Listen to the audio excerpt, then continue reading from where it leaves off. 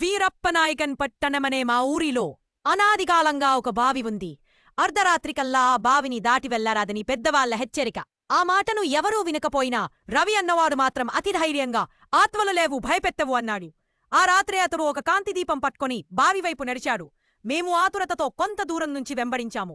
బావి చుట్టూ చెట్లు, చీకటి, ఆకాశమంతా మేఘాలతో నిండి ఉన్నట్లా అంతా దుర్మార్గమై ఉన్నట్టే.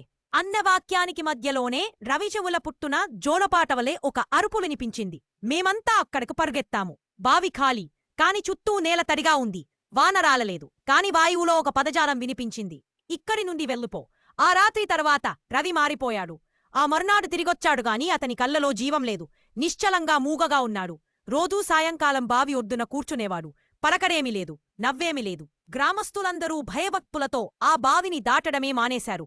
గడియార 30-12 దాటాక ఆ ఊరిలో ఒక్క తలుపు తెరచి ఉండదు. పెద్దలు అంటారు, ఆమె ప్రాణాన్ని కాదు, మనస్సును తీసుకుపోతుంది.